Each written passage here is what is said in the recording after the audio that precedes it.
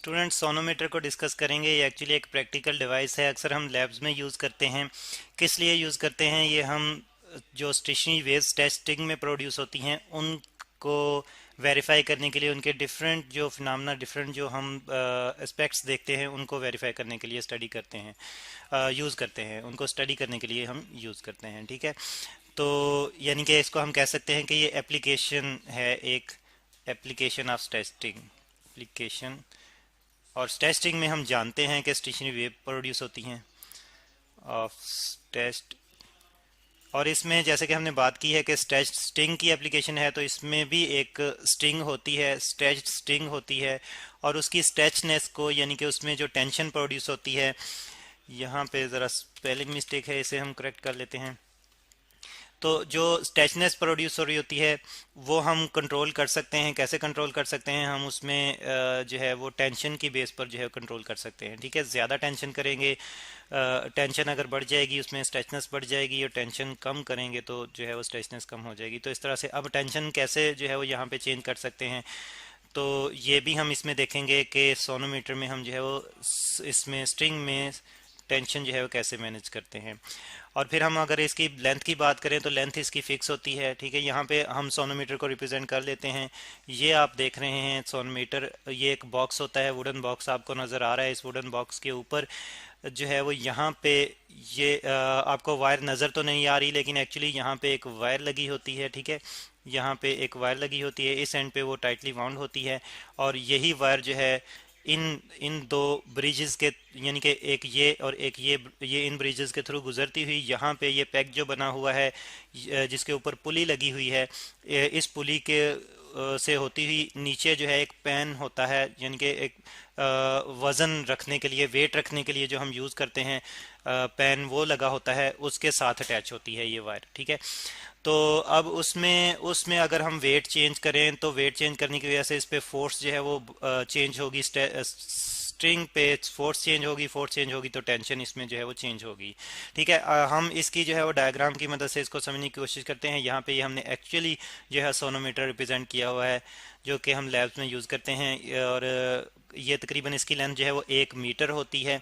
ठीक है, 1 metre length होती है, और इसका ज़रा हम डायग्राम की मदद से इसको समझने की कोशिश करते हैं कि किस तरह से इसकी वर्किंग होती है, और किस तरह से हम इसको जो है वो टेस्टिंग में जो वेव्स प्रोड्यूस होती हैं उनको स्टडी करने के लिए, उनके कैरेक्टरिस्टिक्स को जानने के लिए हम यूज़ करते हैं। वो हम डायग्राम की मदद से समझते हैं। यहाँ पे स्टूडेंट्स हम सोनोमीटर की डायग्राम एक छोटी सी देख रहे हैं। यहाँ पे ये वायर जो है इस तरफ अटैच है, और यही वायर यहाँ से गुजरती हुई इन ब्रिजेस ए और बी के क्रॉस गुजरती हुई यहाँ पे ये पुली से होती हुई यहाँ पे स्पान इस मैस के साथ अटैच है। ठीक है, और मैस जो है हम जानते हैं यहाँ पे डाउनवर्ड डायरेक्शन में लटक रहा है। उसकी वजह से क्या होगा, डाउनवर्ड डायरेक्शन में ये जो है वो वेट अप्लाई कर रहा है स्ट्रिंग पे। वेट अप्लाई कर रहा है तो क्या हो रहा है कि फोर्स अप्लाई हो रही है इस स्ट्रिंग पे। ठीक है, फोर्स अप्लाई हो रही है वेट की फॉर्म में, और यही फोर्स जो है ये टेंशन क्रिएट कर रही है इस स्ट्रिंग में। ठीक है, तो अब इसमें यहाँ पे हमने सिर्फ दो ब्रिजेस दिखाए हैं, ए और बी। ठीक है, ये वाले ब्रिजेस जो हैं वो ए और बी, इनके दरमियान में फिक्स लेंथ होती है, जिसको हमने कहा कि नॉर्मली ये हम चेंज भी कर सकते हैं, लेकिन इसकी जो टोटल लेंथ होती है इस बॉक्स के ऊपर ये 1 मीटर होती है। ठीक है, ए और बी को हम आगे पीछे मूव भी कर सकते हैं, ये लेंथ चेंज भी कर सकते हैं, लेकिन टोटल लेंथ जो हम यूज़ कर सकते हैं वो 1 मीटर के बराबर होती है। ये जो टोटल लेंथ, मैक्सिमम लेंथ हम बात करें, ये ए और बी के दरमियान में होती है। अब हम इसको मतलब मैंने ये बात की थी कि इसको हम चेंज कर सकते हैं। इसको हम चेंज कैसे कर सकते हैं? मूव हम किसको करवाएंगे? तो ए और बी के दरमियान में एक और ब्रिज जो है वो स्टूडेंट्स होता है, जिसको हम सी ब्रिज कहते हैं। तो सी ब्रिज को हम किसी भी तरफ मूव करवाते हुए उसकी इसकी लेंथ को, इस वायर की लेंथ को सिलेक्टिव कर सकते हैं। ठीक है, तो हम कहते हैं इसकी हमने लेंथ चेंज कर लिया। ये यहाँ पे मैं सी ब्रिज जो है वो रिप्रेजेंट कर रहा हूँ, जो कि एक्चुअली मूवेबल होता है। ठीक है, तो इसको हम चेंज करवाते हुए इसकी लेंथ जो है वो हम सिलेक्टिव लेंथ जो है वो हम ले सकते हैं। ठीक है, अब अगर हम बिल्कुल दरमियान में रखें तो हमने लेंथ को हाफ कर दिया। जब हमने हाफ कर दिया तो फिर जहाँ यहाँ पे जो वाइब्रेशन होगी उसमें दो लूप्स बनेगी।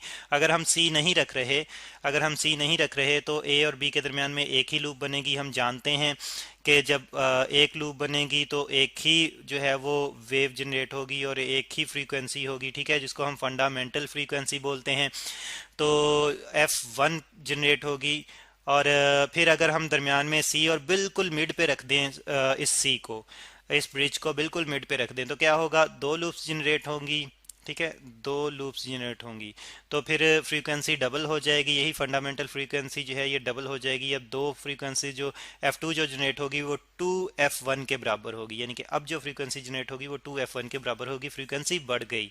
अच्छा, अब फिर अगर हम C को 1/4 पे रख दें, ठीक है, यानी कि तकरीबन यहाँ पे ला के रख दें, 1/4 ऑफ लेंथ पे रख दें, तो फिर क्या होगा, फिर 3 लूप्स जनरेट होंगी, 3 लूप्स जनरेट होंगी तो फ्रीक्वेंसी जो है वो 3 टाइम्स हो जाएगी, यानी कि F3 जो जनरेट होगी 3 लूप्स के लिए जो फ्रीक्वेंसी जनरेट होगी वो 3 टाइम्स ऑफ फंडामेंटल फ्रीक्वेंसी होगी, 3 टाइम्स ऑफ F1, फ्रीक्वेंसी और बढ़ गई। तो इस तरह से हम देखते हैं कि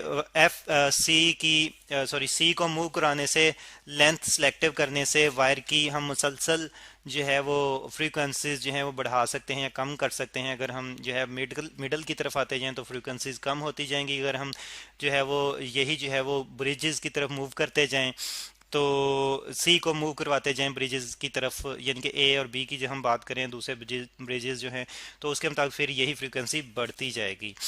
ठीक है, और फिर हमने बात की थी कि यहाँ पे अगर हम मैस जो है ये बढ़ाते जाएं, अच्छा मैस की वजह से यहाँ पे डाउनवर्ड डायरेक्शन में जैसे हमने बात की थी वेट यानी कि एम जी एक्ट करेगा, जिसकी वजह से इसके अपोजिट डायरेक्शन में वायर के अलोंग एक टेंशन क्रिएट होगी, और यही टेंशन जो था वो हमने यहाँ पे बात की थी, ये टेंशन क्रिएट होगी।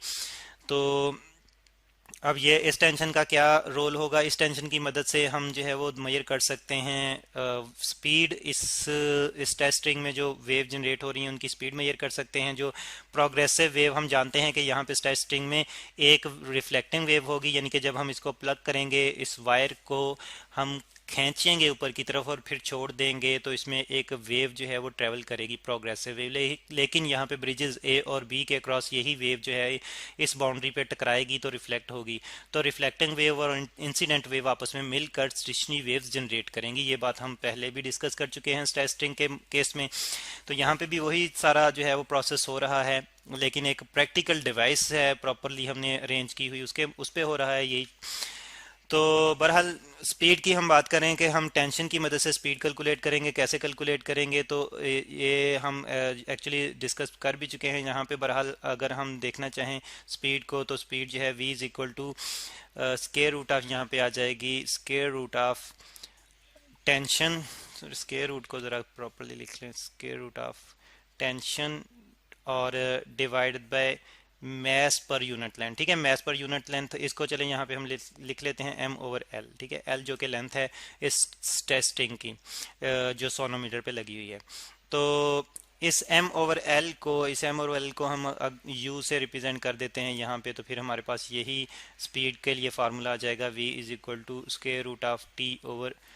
ठीक है, अब हमने वेरीफाई करनी है करेक्टरिस्टिक्स वेव की जो इसमें प्रोड्यूस हो रही है, तो कैसे वेरीफाई करेंगे।